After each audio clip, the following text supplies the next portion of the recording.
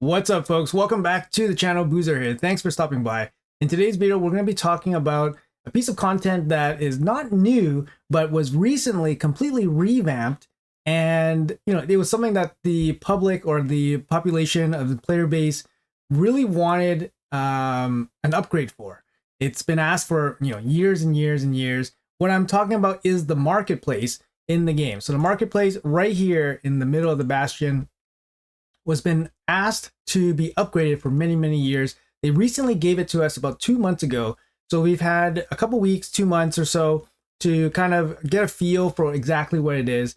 I got some pretty good examples here of what to do with the market and what not to do with the market, and how people can really benefit from it and how people have fallen into traps with it. So stay tuned for all of that. But first, a quick word from our sponsor today, Marvel Strike Force. What's up, guys? Think you know your Marvel heroes, Peggy Carter, Joaquin Torres as Falcon, Patriot, and Captain America Sam? How well do you know their stories? If you're curious, dive into their epic journeys with our sponsor, Marvel Strike Force, the ultimate squad-based RPG where you assemble legendary Marvel teams to take on iconic villains. Keep in mind, this is a free mobile game, and if you guys are interested, make sure you guys check out the link in the description and the pinned comment below. You can also use my QR code to download the link for free. You'll also be able to unlock some free characters as well. There's so much to do in this game. You can do campaigns, blitz, arena, alliance wars, fight against other players in PvP mode as well. Also, you can just collect characters, build a team, and just have fun in the game.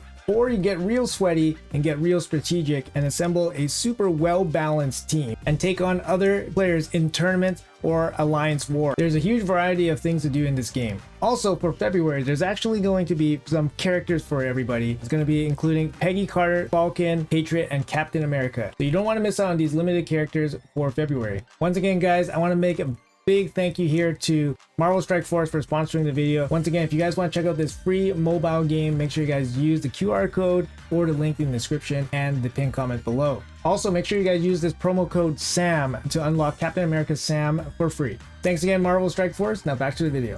All right, guys, so the market was recently updated for 2025.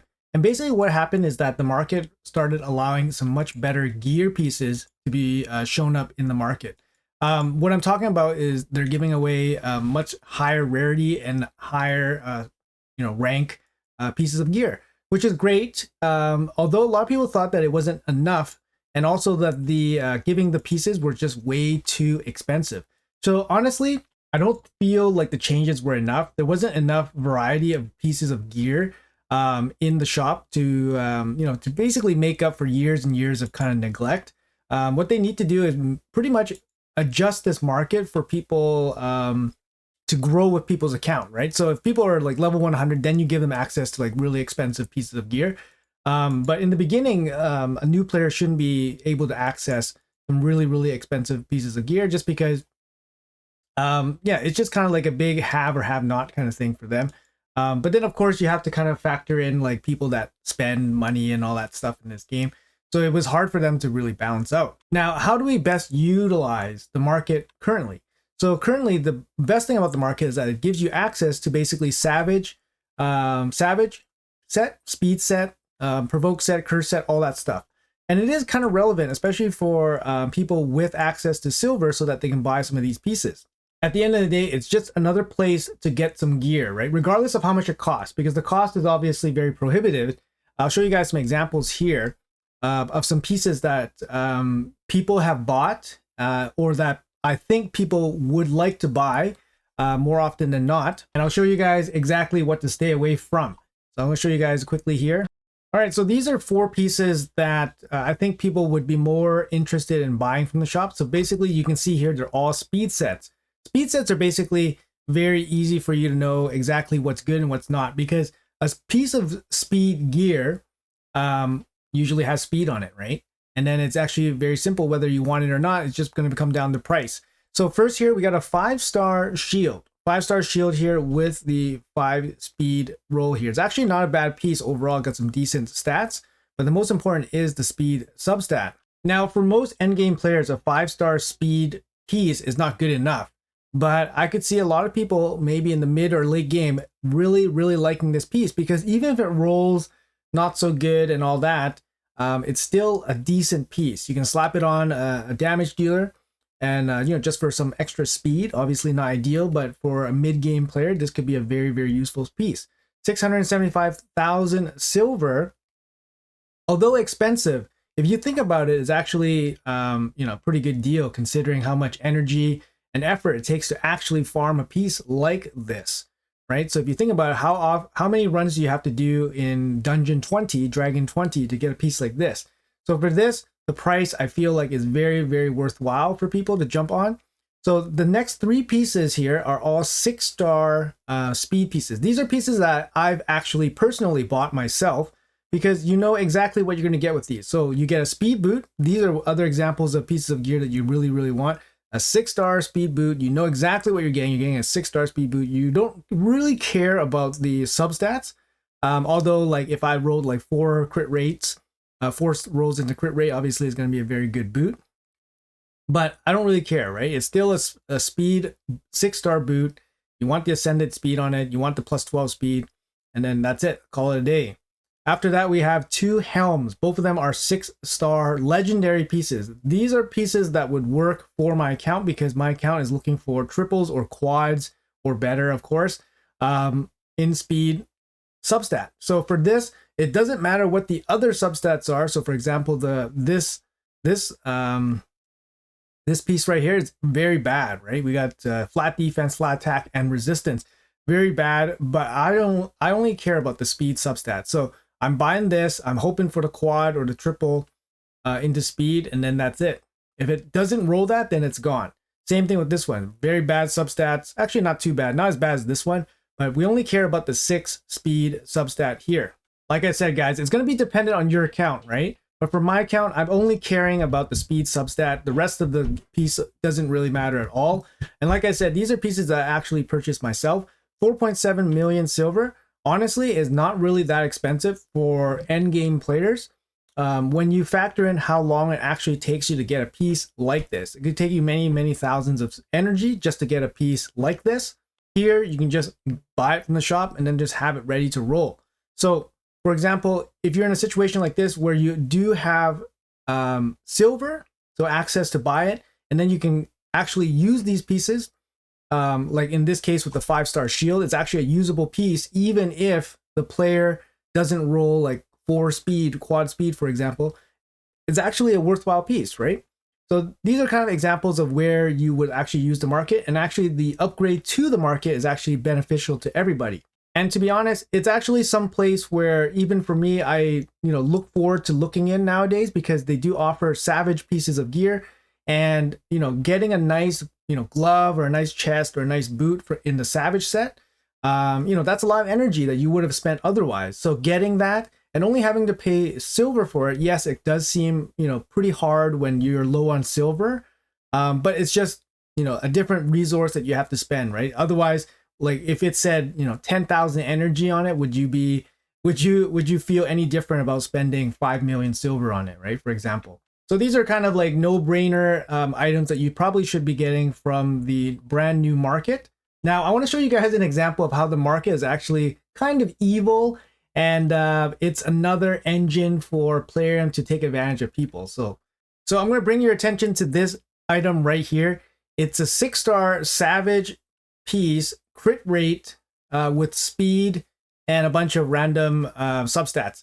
So I saw this piece on a post on Reddit. Basically, the person was saying, did I make the biggest mistake ever or whatever? And what happened was that this person was really, really about this piece. And obviously, because the market refreshes every hour, there is a level of pressure and urgency that people have to, go through, or else they're going to miss, the piece, right? So the person actually bought this piece. Like, there's a lot of people that's going to say this piece is, good or bad, but in general, this piece is a very limited piece. It's not very good at all, because usually on a glove piece, you're looking for crit damage. This piece has 0 crit damage at all, even in the substats. You could argue maybe if it had perfect substats, crit damage and all that, maybe it's worthwhile. But honestly, this glove is more like a mid-game glove.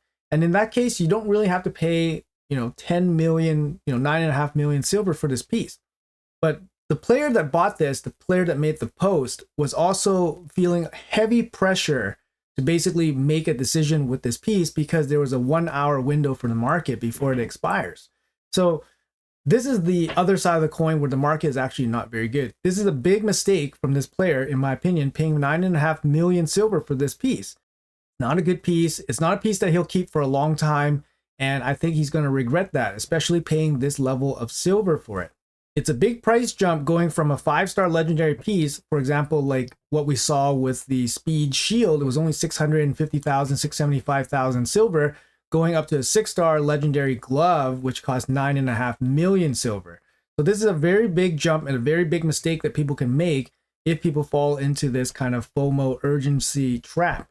So unfortunately, it's very difficult to give like general guidelines on what people should buy from the shop. But things like a bottom piece, glove, chest, or boot. Chest and boot, you're basically looking for either a speed boot or a percentage stat boot or a percentage stat chest. But the percentage stat boot and chest should be in a Savage set where you're trying to gear out a damage dealer so that they have the most stats possible. For the glove spot, you're usually looking for crit damage main stat gloves so that you can deal more damage from your Savage sets. I did explain a little bit on the speed sets just a little bit earlier. Basically, any substat with speed on it is a good thing for speed sets. But of course, this will apply differently to people in different areas of the game. So if you're new to the game, it might not matter as much. But for an end game player or a late game player, you're looking really, for those substats to hit, right? So you're looking for that speed substat in the speed set. You're looking for damage substats for damage sets, for example, Savage here. So I think my general advice is to maybe stay away from pieces that look interesting and not necessarily the best. Another piece of advice I would give people is basically think to yourself, how would I use this piece and how much time will I get out of this piece? How much value can I get out of this piece? Will I be using this piece for a long time? And of course, the biggest consideration is whether you actually have silver. 9.5 million silver is not, not chump change, right? It's a lot of silver for people to use up for one piece sometimes. And if you're not sure about what to do with it, I think it's best to let it go. But it's interesting. I read this guy's story and I was very, concerned actually for people falling into this, kind of temptation, jumping into pieces that they're not necessarily aware of what they're buying. And then obviously having the maximum FOMO and pressure from the 1 hour timer of buying or letting it go. So I think it's best to, just be aware, be educated, so that you can make that decision, because in 1 hour's time, you might not get the answer you want from somebody you're asking in the community. So you have to be able to answer and do those things yourself. But I think overall, the market has been, at least okay. It's been an upgrade relative to what it was, but I think it could be a little bit better. Why not add other resources into the market? Like, how about rare champions? You could add some rare champions in here. You could add the different shards in here, maybe once in a while. There's 5 ancient shards in the market every month. Why not put like, a void shard or 2, right? Every month, something along those lines, right? You could also go into other resources as well. Like, why not put like a chicken here, right? If you're selling champions, might as well sell chickens as well. But I think maybe they wanted to differentiate a little bit from the clan shop, right? So anything that's not in here, you could actually put in the marketplace. Because right now it's kind of like, yeah, you can put some gear in here, but that's kind of it. I mean, if you're putting rare champions in here, might as well put like an epic champion in here once in a while. Make the epic champion like 10 million silver or something. They don't have to be like insane epics, give something away. How about fragments? Fragments towards old fusions that people have, right? You know what I mean? I don't know. How about like some extra keys for things like faction wars or iron twins? They could like definitely spice it up a little bit. They could spice it up a little bit. Magi steel, they could put like powder or dust. Just put something in here. It's still very, very bland. But the access to some higher quality gear once in a while, is a good thing. Anyways, hopefully you guys enjoyed the video. Just a little quick food for thought here. Let me know in the comments below if you guys ever picked up anything good from the market. Like I said, I bought at least 3 pieces so far, and they're all speed set pieces. Very, basic pieces with just speed substats, hoping for the quad roll. But yeah, let me know in the comments below what you guys have picked up. Do you guys like the upgrade to the market? What would you guys change about it if you guys have anything you wanted to change? Obviously, I think we could all agree that it could be a little bit better, of course, after all these years of asking for things. But it is what it is right now. But yeah, let me know in the comments below what you guys think. Hopefully you guys enjoyed the video, and I'll see you guys in the next one.